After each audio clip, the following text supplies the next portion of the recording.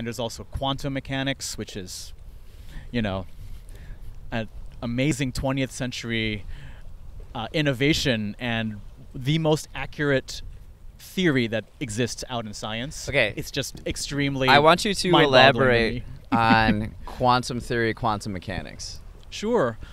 So basically the start of quantum physics is the observation known as the ultraviolet catastrophe. I forget which scientist observed this, but the prediction was, oh gosh, I really should have reviewed what the ultraviolet catastrophe was, but basically the idea was if you kept shining light onto something, it would absorb all this energy, and eventually it would just keep absorbing energy into the ultraviolet, and that would, of course, break the laws of physics. Whereas so the prediction was it would just keep absorbing energy, whereas the observed data show that it actually didn't. And another interesting thing that kicked off the quantum revolution, so to speak, was And the this fact is like in the that 1920s-ish? around the turn of the 19th, 20th century, yeah. Okay, So yeah. more like, around 1900, 1910. Got it. There's another... So quantum actually means a small unit. Yeah. And the reason why it's called that is if you think about energy levels in an atom, they actually have very set energy levels. So you go from... So the analogy that is often used is you have a ramp, which is continuous, versus a set of steps, which is discrete. And when you walk up a set of steps, you go from step 1 to step 2 to step 3. You don't have a step 1.5 or a step 1.25. It's always going to be 1, 2, 3, very set energy levels. Okay. Which is what happens when you go really, really small. So when you have an atom and it has these electrons orbiting around the atom, the electron will occupy an energy level called 1, and then when it absorbs energy, it'll go from 1 to 2. It does not go from 1 to 1.5 or 1.75. And that puzzled a lot of scientists, because if you think about the macro world, so what we call classical physics, right? If you roll a ball down a hill, right, that ball you can measure or you can predict what energy it would have as it slowly rolls down the hill. Not so when you go down to the atomic level. So that was one of the weird things that people observed about the quantum world, and I don't know how much you want me to go further. Well, back in February, I read this Introduction to Quantum Theory book by John something. Okay. Wish I remember the name. It's like an orange book. Pretty small, but like the gist of it, what I got out of it was like they mentioned classic physics, and you know all these ideas are progressing throughout the centuries since the scientific revolution, and they're getting to this point where they're doing these experiments, and they're like their minds are being blown. Yes. Like they're not what should be observed is not happening. It's like this like like it what also another thing that quantum theory introduced into, I think, physics was the idea of uncertainty. And I think that before the 20th century, and even now, like a lot of scientists, and even people who think about science, they say there's a certainty to things. Yeah. There's a correct answer, there's a fact, and there's things which are wrong, right? But with quantum theory, what it introduced into science, I think for the first time, was this idea of uncertainty, and I think the extension of that is chaos theory. So, for example, let's go back to the idea of the ball rolling down the hill, right? Okay. If you're looking at the ball rolling down the hill, you can determine both its speed and its position, right? Because the light packet, our photon coming from our eye is observing the ball. rolling down the hill, or rather the photon bouncing off of the ball is going into our eye. Yeah. And we can determine how fast it's going and where it is.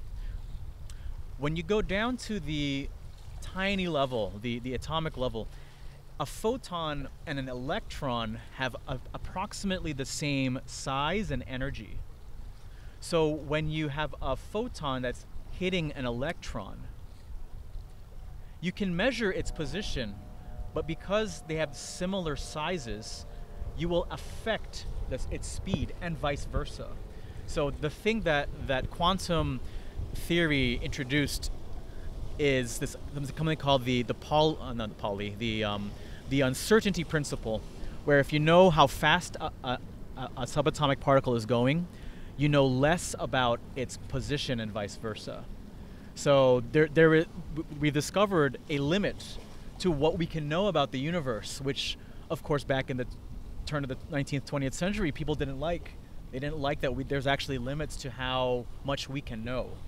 So I think back in the time of Newton was in favor of this very mechanical clockwork universe, where if you put all the planets in their positions on the moons, the sun, and you said all of these celestial bodies have this position and they have this much energy, this much speed, you can predict in 10 years, in 100 years, in 1,000 years where everything will be. But it turns out that there's a lot of uncertainty in science, and it's not quite so clockwork as we thought it was. And so probability actually plays a big role in chemistry these days. So correct me if I'm wrong, but like in quantum theory, it's like multiple things can happen at the same time. Until you observe it. So you probably heard of Schrodinger's cat.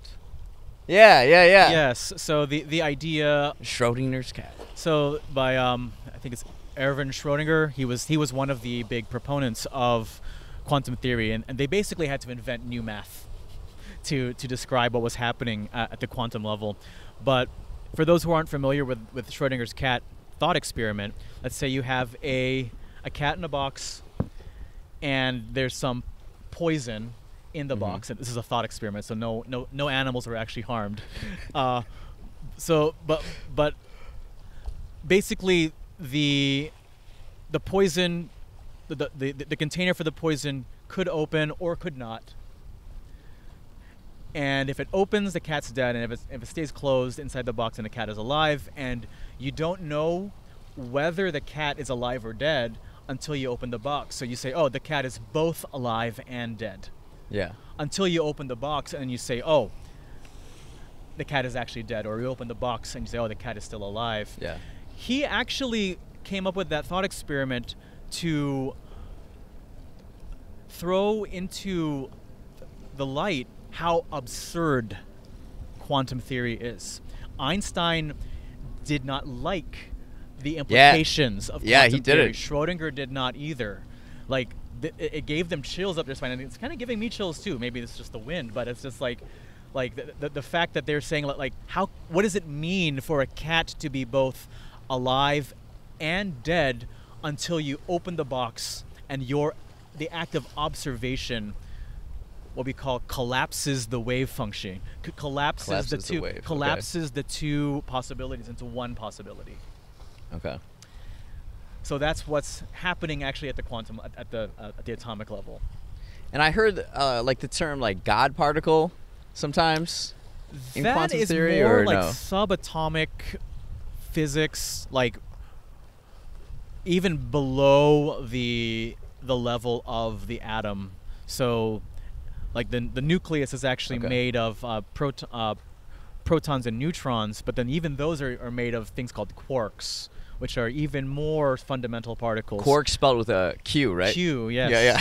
And there's different, what they call flavors of quarks. Scientists are weird. There's like a top quark, a bottom quark, charm quark. I don't know. That's actually, to be quite honest, beyond my expertise, the subatomic particles, because that's more like particle physics.